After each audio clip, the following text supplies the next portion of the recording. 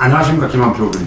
예, 반갑습니다. 반갑습니다. 우리 김동성 대표님, 예. 그리고 우리 또 대기자님 다 반갑습니다. 저희들이 위원님이라고 불러야 될지 요즘 후보님이라고 불러야 될지 모르겠습니다. 지금은 정확하게 후보. 예, 후보님으로 부르도록 하겠습니다. 예. 위원님으로 계시다가 그제 시장 후보에 입후보를 하셨는데 네, 우리 그제 시민들과 유권자들께 네, 출마의 변과 함께 인사 말씀 부탁드립니다. 네.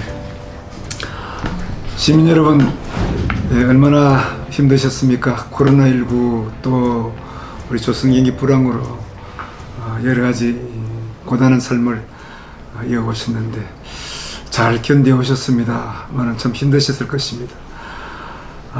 저도 지난 21대 국회 막장 공천의 희생양이 되어서 좀 쉬려고 했었는데 여러 지인분들과 또 친구들에서 김한표 당신이 국회의원 8년 한 그 경험과 또 지난 청와대 생활 한 10년 거제경찰서장 2년 좀 실망한 때는 됐지만 그래도 이런 모든 노하우들을 정치적 자산을 그냥 썩히기엔 너무 아깝지 않느냐. 우리 그제 시정을 위해서 한번 마지막 한번 일 한번 해주고 떠나는 것이 어떠냐. 뭐 조금 자존심은 상하겠지만 이런 얘기들도 많이 들었어요. 그래서 제가 고민도 좀 하고 그런 가운데 그래 그제 시민들께서 저를 무소속으로 당선시켜서 국회 보내주시고 참 키워주시는데 저는 사실 한 3선쯤 하고 그냥 그만두려고 그랬어요. 후배들한테 물려주고 또 3선 되면 상임위원장 하기 때문에 뭐 예산 폭탄도 한번 떨어뜨리고 또 국회에 굵직굵직한 국책 사업을 또 우리가 한번 그제 좀 끌고 오고 매듭 지어서 좀 기초를 잘 다져놓으면 다음 후배들이 와서 할 때도 좀 시원스럽게 하지 않겠느냐 이런 생각을 했었는데 제가 제 선에 거치게 되고 하다 보니까 일에 대한 열정도 남아있고 또 그러던 차에 내가 그동안 겪었던 이런 경험 노하우를 그냥 썩히고 버리기에는 너무 아깝다. 제 스스로도 생각을 하고 해서 그러면 이번에는 우리 고향 거제를 위해서 마지막 뭐 봉사 겸 우리 시민들 한번 섬기고 또 거제 비전을 한번 마련해놓고 떠나겠다 하는 생각을 갖고 출마를 준비를 해왔었는데 이제 무소속에 대한 부분을 조금 설명을 드려야 될 것 같아요. 왜 김한표가 그 무소속 출마했지? 이제 이런 생각들 하실 테니까 뭐 아시는 분은 아시겠지만 제가 국민의힘 당에서 전신인 자유한국당이나 또 새누리당 또 미래통합당까지 이어지면서 뭐 주요한 그런 직책들도 다 수행했었는데 그리고 이번에 이제 시장 준비하면서 4번의 공표된 조사에서 제가 계속 1등을 달렸습니다. 단 한 번도 1등을 놓친 적이 없는데 이번 경선 과정에 저를 그냥 컷오프 시켜버린 겁니다. 저는 사실 이번 경선에서 제가 뭐 당선되면은 이제 경선 통과하게 돼가지고 후보가 되면은 나름대로 또 소명을 다하고 그렇지 않으면 또 제가 0.001%로 지면 깨끗하게 승복하고 우리 후배들을 위해서 박수치고 또 제 이름 석자라도 혹시 득표에 도움이 되면 뭐 선대위의 어떤 역할을 맡아 제가 그렇게 헌신하려고 했었는데 우리 그 당의 위원장인 국회의원과 또 우리 당 여러 분들이 이번에 공천하는 것은 진짜 저를 컷오프 시키고 2등, 3등, 4등 이 세 번만 가지고 경선을 했기 때문에 이건 도대체 있을 수 없고 불공정하다. 윤석열 대통령께서는 정말 멋있게 공정과 상식으로 우리 대한민국을 걸어가시겠다고 그러시고 지금 그렇게 좋은 이미지를 갖고 출발하시는데 어떻게 우리 거제에 우리 국민의힘은 역행하느냐. 제가 이 부분은 정치 선벌에서 좀 바로 잡아야 줘야 되겠고 또 이 저항하지 않으면 그냥 문태에서 이렇게 지나가기 때문에 이건 분명히 경종을 안 물리겠다. 제가 10년 전에 무소속 당선되었던 경험을 살려서 이번에도 직접 심판을 한번 받아보겠다. 시민들에게 여쭈겠다. 그런 셈으로 이번에 무소속으로 출마를 하게 되었습니다. 예, 컷오프의 그 이유가 우리 위원님 전에 있었던 그 뇌물수수라고 이야기를 잠깐에는 많이 떠듭니다. 거기에 대한 하실 말씀이 계시면 이 자리를 빌어서 한번 예. 해주시면 좋겠습니다. 이건 굉장히 시간이 좀 많이 가야 되는 그런 참 이게 구구절절히 제 가슴 사옥을 후벼 파는 뭐 그런 일들이기도 한데, 우리 2000년도 제가 국회의원 16대 출마가 난 이후에 당시에 뭐 우리 거제에 출신 김기춘 전 비서실장님과 제가 첫 격돌이 있었습니다. 그 2000년도 첫 격돌이 있고 난 이후부터 이어진, 저는 뭐 일종의 정치적 탄압이라 생각하고, 그때 16대 때 제가 3650 정도, 우리 또 김기춘 실장님께서는 그 당시에 33,500 정도, 약 2700여 표 차로 떨어지니까 그게 너무 차이가 적게 나니까 다음 17대 때는 굉장히 어려운 싸움이 될 거라고 그런 판단이 드셨는지, 어떤 뭐 그 당시에 검찰 권력과 사법 권력을 거의 뭐 쥐고 계셨던 그 어른께서 처음에는 선거법으로, 다음에 안 되니까 공갈제를, 또 안 되니까 마지막에는 특가법상 뇌물죄를 적용해서 저를 구속을 시키더라고요. 1억 5천 뇌물 받았다고. 당시에 97년도에 우리 IMF 왔습니다. 외환위기 와가지고 제가 서울에서 주택을 짓다가 공사 대금이 부족한 부분을 가지고 아는 채로 내가 거제 서장으로 내려왔어요. 그걸 좀 정산해야겠다 싶어서 당시에 제 지인들을 통해서 그렇게 좀 빌렸고, 그 다음에 차용증을 때로는 써주기도 하고, 또 이자도 갚기도 하고, 뭐 그러기도 하고, 또 어떤 지인분한테는 제가 뭐 원금만 돌려달라고 해서 그렇게 또 그 말씀을 듣고 제가 또 약속을 이행을 꼭 했었는데, 사인 간의 채무 관계를 가지고 이제 올가매든 그렇게 이제 몰고 갔었죠. 뭐 제가는 그렇게 판단할 수밖에 없는데, 그렇게 돼가지고 이제 이루어진 건데, 특가법상 뇌물죄는 전부 다 무죄가 났습니다. 무죄가 나고 그냥 기만표를 내보내면은 뭐 이건 그 당시에 대부분의 우리 거제 시민들께서 누가 한 일이라고 다 생각하기 때문에 기만표를 정치적 영웅으로 만들어주는 일은 없애겠다라고 판단하셨는지 공소장을 변경해서 징역 1년에 집행유예 2년을 이제 때렸었는데, 그러면 뇌물 액수가 얼마냐? 뇌물 액수는 추산할 수 없다. 산정할 뇌물 액수는 없다. 그 다음에 추징금도 없다. 그럼 뭐가 뇌물이냐? 재임 시절에 돈을 빌린 것이 뇌물이고, 뭐 이자 안 준 상당액이 뇌물이다. 이렇게 끌고 갔었죠. 근데 중요한 것은 제가 우리 당에 입당할 때에, 그 당시 우리 당에 저는 입당할 때에 입당 자격 다 점검 다 했고 이상이 없다라고 입당을 시켜줬었고, 또 제가 20대 국회의원 선거 출마할 때 또 공천심사를 지금처럼 똑같이 했습니다. 똑같은 그런 당헌 당규 아마라고 저는 생각하는데, 하여간 그런 과정에서 공천심사를 해가지고 다 통과를 됐었는데, 또 더더군다나 두 번이나 우리 거제 시민들께서 저를 국회로 보내주시는데 이미 다 그런 부분은 검증하고 걸렸다. 그런데 이번에 그걸 터집 삼아서 한다는 부분은 이건 옳지 않다.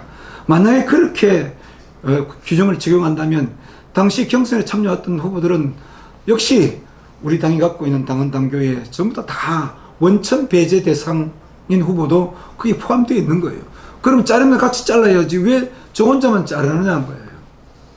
이건 말이 안 된다는 겁니다. 그래서 다른 저희가 있었지 않느냐. 이건 옳지 못한 공천이고 사실 막장 공천이었다. 저는 꼭 그렇게 표현하고 싶습니다.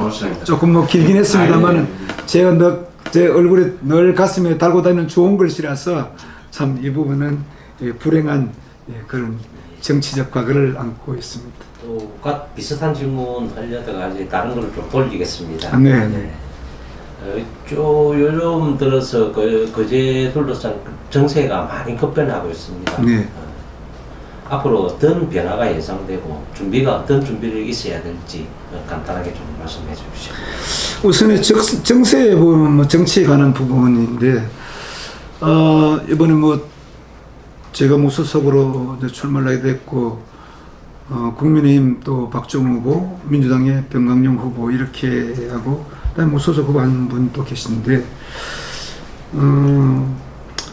아마 이제 선거가 자꾸 이제 종반점으로 들고 투표율이 가까우게 되면 우리 시민들께서 아마 판단을 현명하게 더 하시려 봅니다. 처음에는 김한표 뭐 왜 나왔지 뭐 이런 말씀들 좀 했는데 갈수록 이제 국민의힘 후보가 뭐 이번 언론에 담났기 때문에 이 부분은 뭐 공개적인 부분이기 때문에 그래서 경남 성관위에서 고발을 이제 한 겁니다.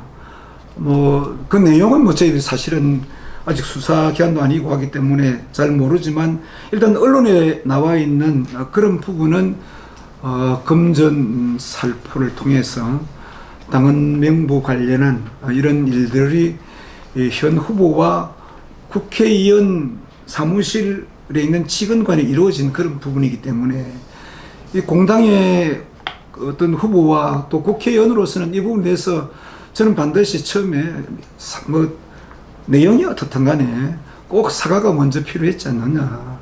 저는 그런 생각인데 아마 제가 국회의원이거나 아니면 당협위원장 좀 됐으면 먼저 사과를 저는 했을 겁니다. 그런데 뭐 선관위 어떤 결과를 보고 등등 한다고 저는 그렇게 알고 있는데 아직 뭐 그런 선관위에서 경상남도 또 선관위에서 검찰에다가 고발을 했다고 제가 이 기사를 보고도 아직까지 그에 따른 뭐 사과나 다른 언급이 없는 거 보면 이건 좀 판단을 좀 잘못하는 거 아니냐. 공당에 책임을 맡은 분들은 그런 자세가 좋지 않다 이렇게 생각이 되고요.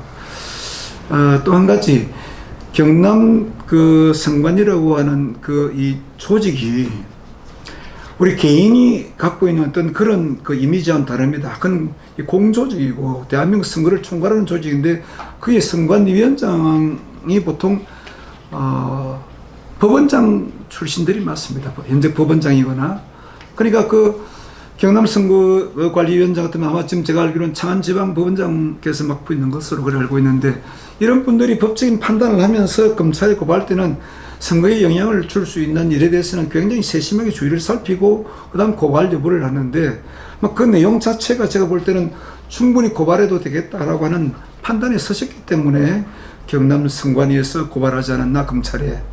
예, 그리 되면은 앞으로 이제 검찰에 고발됐으니까 뭐 앞으로 이제 수사도 받아야 되고 그다음에 또 다음에 상황에 따른 재판도 뭐 진행되어야 되고 상황에 따라서는 뭐 여러 가지 과정이 이제 있을 텐데 하여간 우리 거제시로 봤어도 우리 거제시정을 위해서도 참 이게 어려운 국면에 접어들지 않겠느냐. 뭐 더 이상 얘기하고 싶지만 그 정도 선에서 마치기로 하고. 네, 후보님 현재 일각에서 우리 거제시장 후보를 보는 시각 중에 그 2강 1중 1약이라는 말이 나돌고 있습니다. 그에 대해서 뭐 견해가 혹시 있으실까요? 2강 뭐 1중 뭐 1중은 누굴 얘기하는지 모르지만 글쎄 근데 그 선거의 판세는 상황에 따라서 많이 바뀝니다.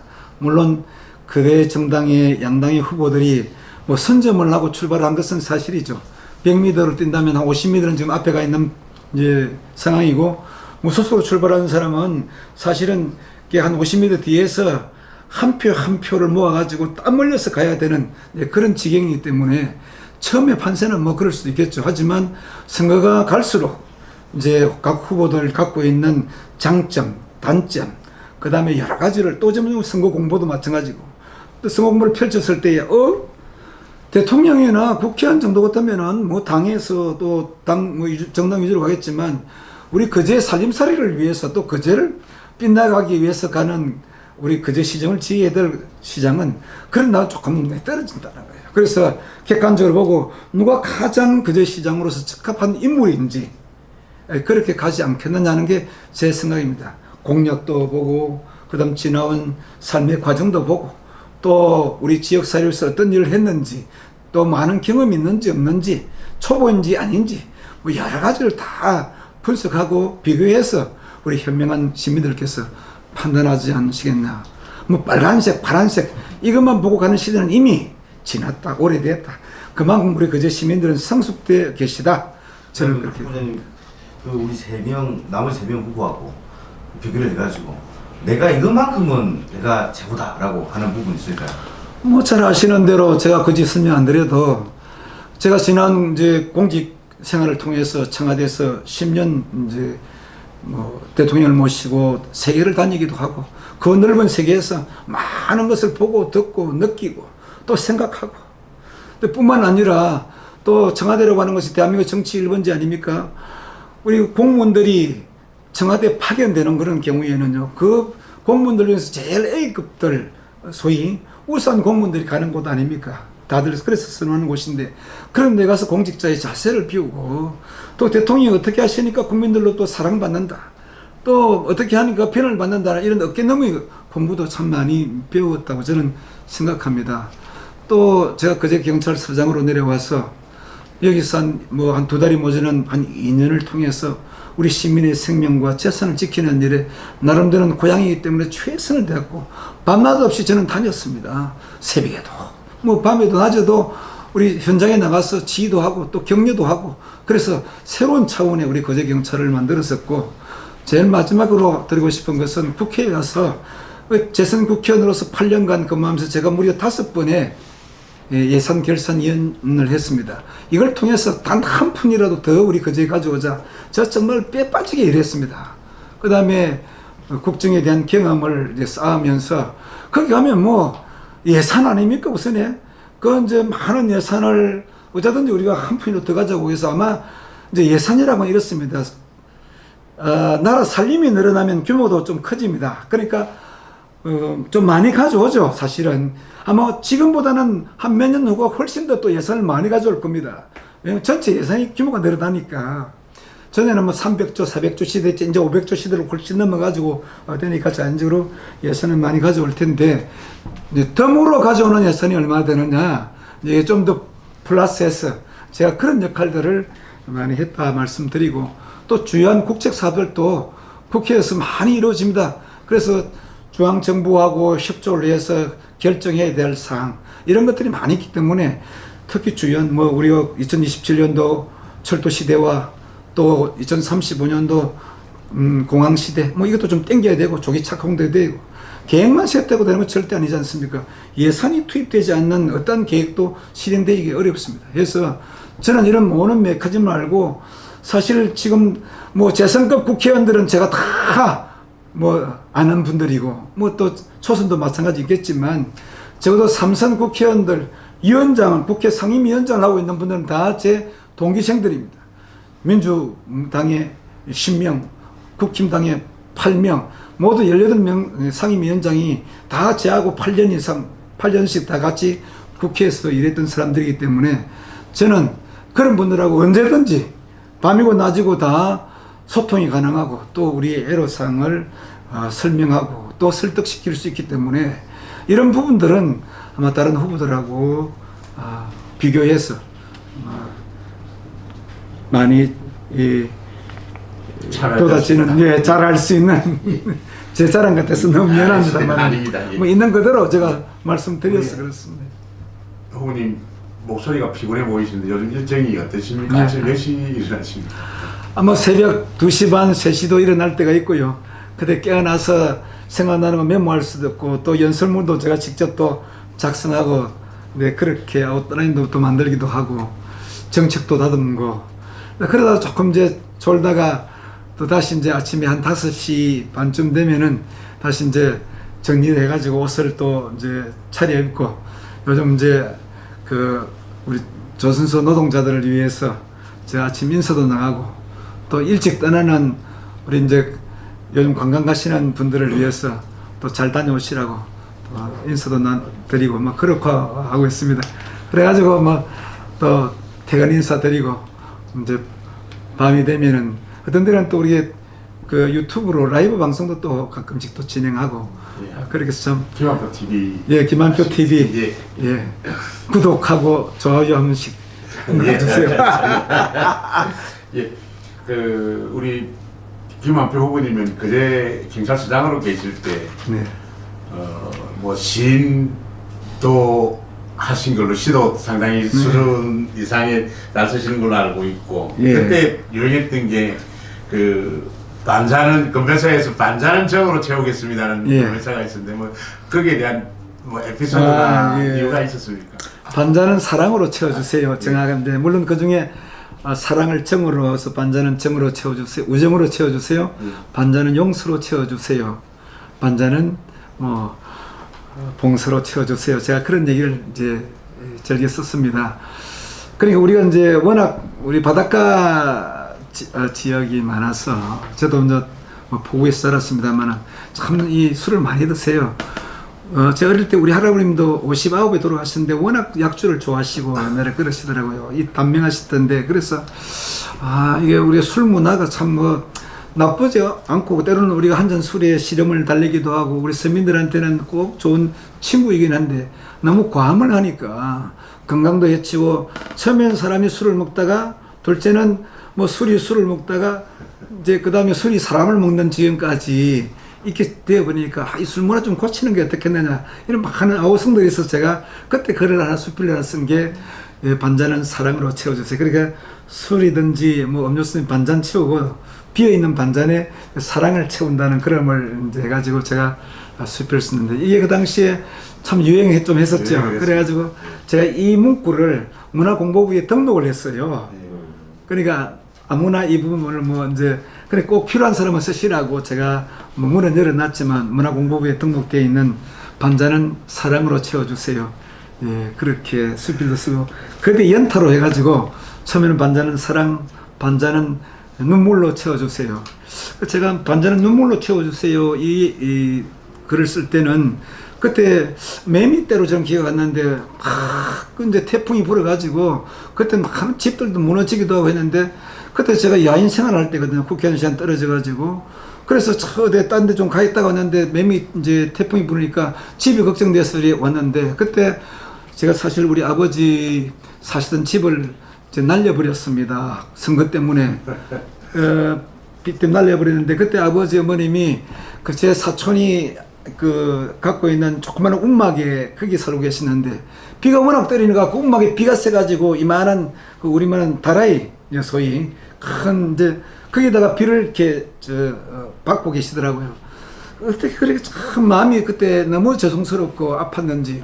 근데 좀 전에 가니까 제가 이제 그 우리 어머님이 막 울고 계시더라고요. 그래서 왜 우시느냐고 그러니까 내가 우리 엄마 그러니까 우리 할머니죠. 우리 할머니 돌아가실 때도 너희 할머니 돌아가실 때도 안 울었는데 네 옷을 컨테이너 박스에 넣어놓고 그 다음에 거기다 네 짐을 보관하고 있었는데 이게 태풍이 와가지고 그 컨테이너 넘어가면서 제가 입고 있던 그 와이셔츠 옷가지가 다 날려가지고 흙탕물에 뒹구는 그 모습을 보면서 우리 어머님이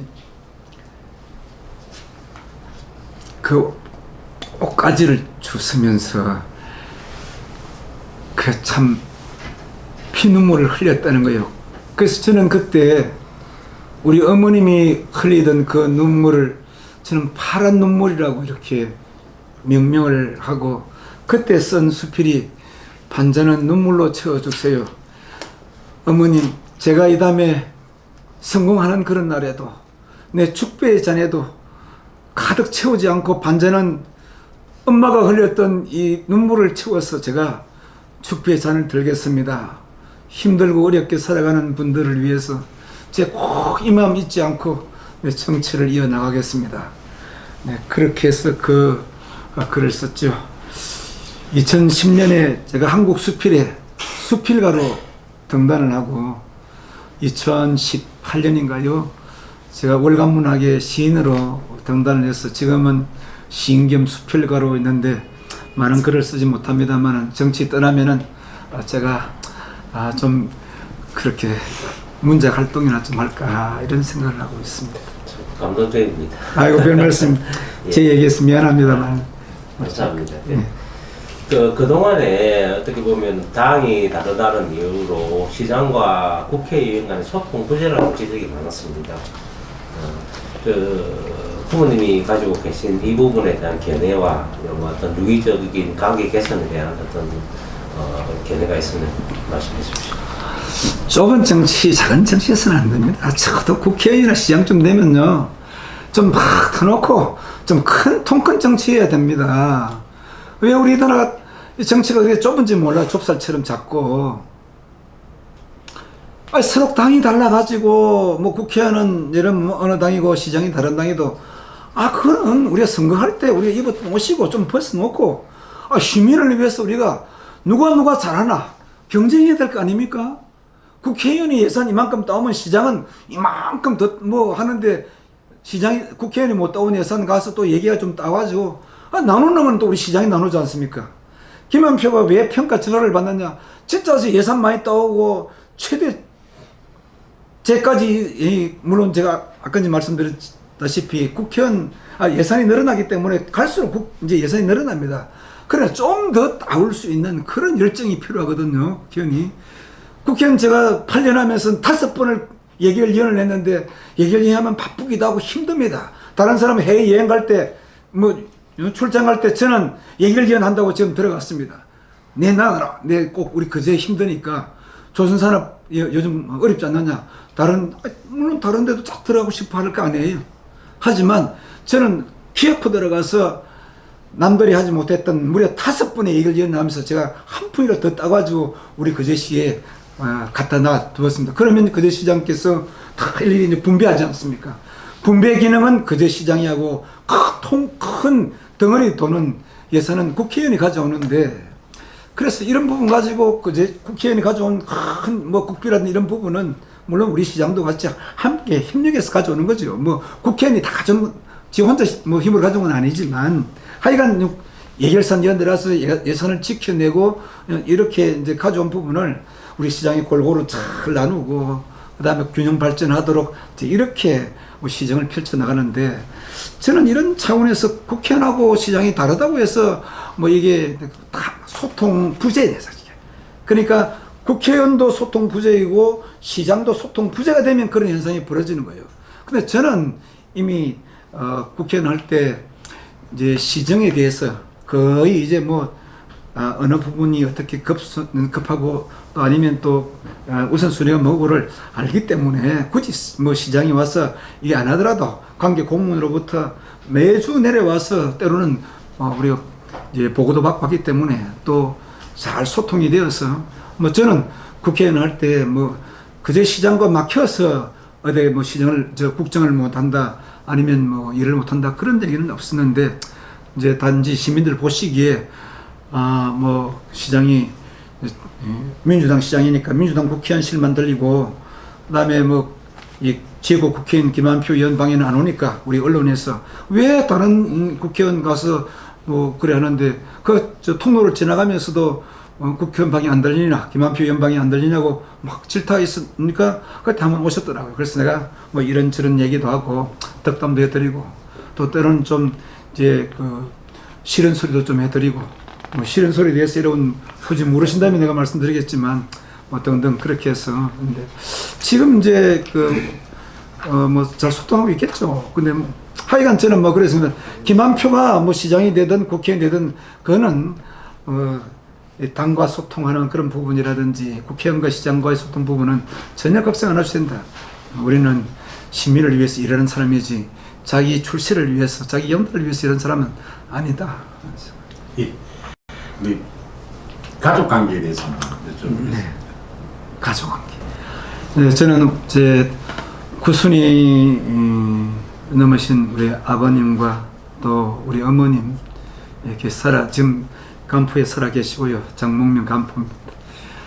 그다음에 이제 아내와 또 이제 시집간 2딸, 외손주들이 이제 3시가 있죠.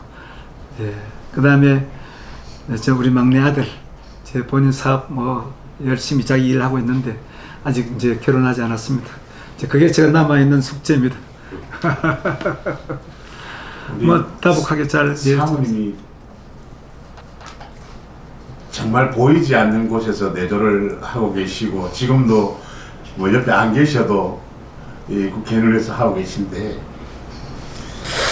참 제 식구한테는 제가 참 할 말이 없습니다. 제가 처음 경찰서장 옷을 벗고 정치에 뛰어든다니까 제일 반대를 많이 했던 사람이 제 식구였습니다. 근데 차마 제 가는 길을 막지 못하더라고요. 그래서 이제 지금까지 한 20여 년 정치 바닥에 있으면서 허리 한번 펴고 살았던 때가 별로 없을 겁니다.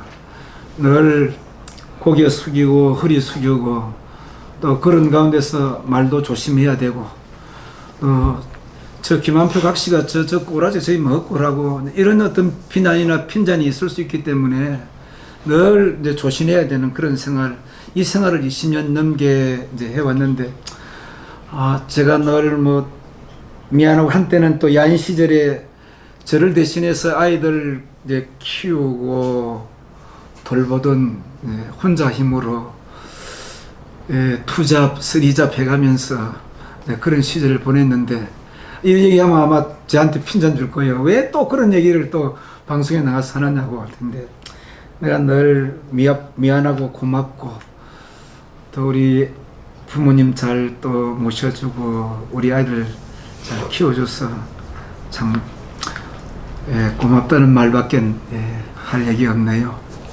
예, 위원님, 부모님, 공약집이나 다른 슬로건이 지금과 다른 거제. 네. 우리 김한표 의원님이 생각하시는 지금과 다른 거제는 어떤 거제입니까? 그래서 제가 작년 9월 달에 지금의 거제를 알아보기 위해서 23일간 장장 우리 거제 700리길을 걸어서 이렇게 돌았습니다. 하루에 한 3, 40리를 걸으면서 총 301km, 750리길을 걸었는데 우리 거제가 이렇게 생겼지 않습니까? 이런 모양으로. 근데 이게 구석구석은 387km 좀 되는데 본도가 그냥 러프하게 배를 타고 이 연안을 따라서 도는 게 제가 700리라고 들었습니다. 그래서 이 700리를 걸으면서 이제 차를 타고 급히 가면 보이지 않던 것들, 돌멩이도 보고 나무의 꽃도 보고 또 지저귀는 새소리 듣고 또 일 나가시는 우리 또 어르신들 만나고 농부도 보고 어부도 보고 참 많은 우리 시민들 또 자동차를 타고 지나가시는 분들 손도 흔들기도 하고 그러면서 제가 그러면서 느끼고 보고 우리 거제 모습을 제가 눈에 담고 마음에 새기려고 저 그렇게 갔었죠.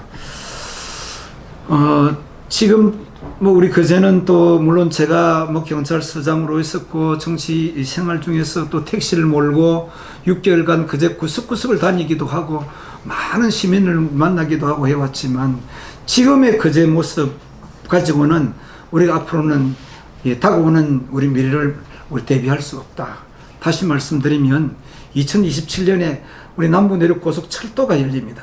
저 김한표가 기차 타고 서울 가자 이렇게 외치면서 이루어졌던 이 남부 내륙 고속철도가 드디어 기적을 울리면서 이제 통행이 됩니다. 그러면 또 그뿐만 아니라 2035년도 전에는 2028년도라고 이렇게 우리가 좀 계획했었는데 이게 조금 늘어났더라고요. 그래서 좀 땡길 필요가 있는데 하여간 그거는 뭐 다음에 또 얘기를 하고 하여튼 이 우리가 가덕도 신공항 시대가 열리면 진짜 많은 준비를 해야 됩니다. 또 고속도로가 연장이 돼가지고 통영에서 거제까지 오고 사통팔달 또 우리 금화대교에 또 국도 5호선에서 들어오게 되고 이런 과정에 있는 수많은 관광객들과 또 해외 문물들이 들어올 텐데 지금 우리 거제가 정말 준비를 하고 지금 여러 가지 우리가 지혜를 짜모으고 많은 전문가들로부터 우리가 용역도 의뢰하고 또 앞으로 토론을 거쳐나가야 되는데 그래서 그래 되면 우리가 어떤 모습으로 여기 어떻게 바뀌어야 될 것인가에 대한 그런 고민과 또 우리가 컨센서스가 필요하다. 그래서 저는 지금과 다른 거제 그렇게 우리가 대비하고 앞으로 만들어 가야겠다. 저는 그렇게 생각하면서 100가지 공약 물론 세세하게 세보면은 100개가 넘습니다. 하고 싶은 게 우리 앞으로 거제 100년 대계를 위해서 생존 전략이 자 이런 거 다 해가지고 이제 3대 경제 축을 중심으로 해서 이루어진 게 지금 우리 시민들 대개 다 배달됐던 제 공보 공약 속에 다 녹아져 있습니다.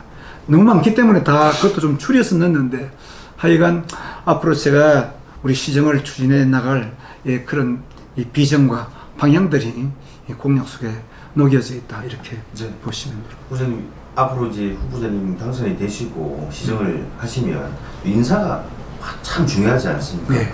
우리 인사에 대한 평소 실험이라든지 아니면 앞으로 내가 인사를 이렇게 어떻게 하겠다라는 생각이 있으실까요? 저도 뭐 경찰서장 출신이고 그다음에 지휘관으로서 쭉 공무원 생활을 해보면서 그게 가장 사실 중요합니다. 정말 정확하게 지적하셨습니다. 근데 제 인사가 제일 제가 지금까지 공무원 생활을 한 20여 년 가까이 해오면서 제일 그 원칙은 될 만한 사람이 되고 그 자리에 갈 만한 사람이 그 자리에 가야 된다. 좀 러프하게 제가 말씀드렸지만 이게 제 원칙입니다. 통칭입니다. 왜? 되지도 않는데 치연이라든지 하연이든지 혈연이든지 이렇게 요즘은 또 뭐 흡연까지 또 얘기하더라고요. 흡연 인연을 그런 인연을 통해서 인사를 한다고 하는 것은 이건 인사 그냥 망치는 겁니다. 제가 지금까지 그제 경찰서장도 하고 청와대에서 제가 그 수많은 우리 그 경찰 인력들을 지휘할 때도 아직도 제가 단 한 번도 인사 잘못해가지고 비난을 받아보거나 한 적은 없습니다.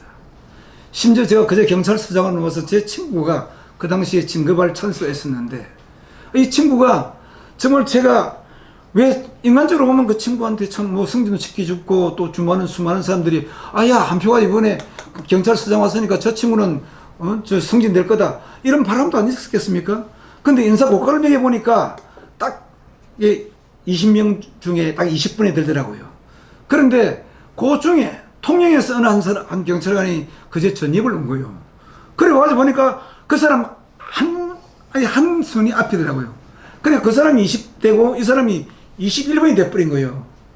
근데 뭐 사람들이 야 이번에는 뭐 저 친구는 그래도 어쨌든 이래가지고 안 되겠나지만 제가 그 부분은 정확하게 해서 그 친구가 탈락이 돼버렸으면 시켰습니다. 인사 원칙대로 해라. 이게 김한표가 지금까지 공무원으로서 지휘했던 지휘 철학인데 이걸 어제 친구로 뒤바꿔 버리면 한끗 차이라고 뒤바꿔 버리면 이건 안 된다. 그래서 뭐 제가 친구들한테 좀 섭한 소리 듣고 원망도 좀 듣긴 했습니다만 그러나 그 부분에서는 전혀 제가 후회하지 않습니다. 그렇듯이 어느 고등학교 제가 이 고등학교 이름을 들미기면 좀 신뢰가 되기 때문에 안 들미겠습니다. 또 지역도 그런 많이 하는데 그것도 제가 들미기지 않겠습니다. 그러나 이런 인사는 정말 망조 인사야. 공정하고 우리 공무원들이 신바람 나게 일할 수 있는 그런 인사를 우리는 해야 됩니다. 특히 성과급제라든지 이런 부분은 참 좋잖아요. 열심히 일하는 사람들한테 우리가 또 발탁해서 쓸 수도 있고 하니까 그런 좋은 공정한 인사기를 통해서 우리 거제시정을 획신시키겠다. 정말 달라진 우리 거제시정. 그래서 우리 시민들한테 정말로 우리가 충심을 다하는 그런 우리 공무원들로 우리가 한번 북돋아가겠다. 인센티브도 그리면서. 감사합니다. 저 단일화에 대한 부분은 조금 말씀드리기가 그렇지만은 어떤 구도로 전체적인 구도로 봤을 때 원칙론적으로 말씀을 좀 간단하게 해주시면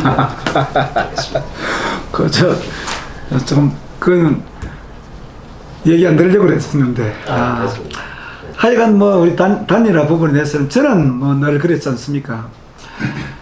이 경선에 이기지 못하는 사람이 본선에 나가서 어떻게 이기겠느냐. 그 다음에 단일화해서 단일화에 대해서 이기지 못하면 어떻게 상대 후보가 맞서서 이길 수 있겠느냐. 공정한 경선이라면 저는 1000% 1000% 저는 받아들일 자신이 있습니다. 이길 자신이 있고요. 그러니까 어떤 다른 작용에 의해서 중도 사태라든지 이런 등등으로 인해서 본인이 자신의 사태는 그런 경향이 있을 수 없고 그건 김한표를 몰라도 정말 잘 모르는 거고 한간에서는 김한표가 돈을 받아먹고 들어갈 것이다. 아니면 어떤 자리를 어디 마련해주면 들어갈 것이다. 이렇게 흑색선전을 끊임없이 해왔는데 지금도 보면 그런 거 있을 것 같아요.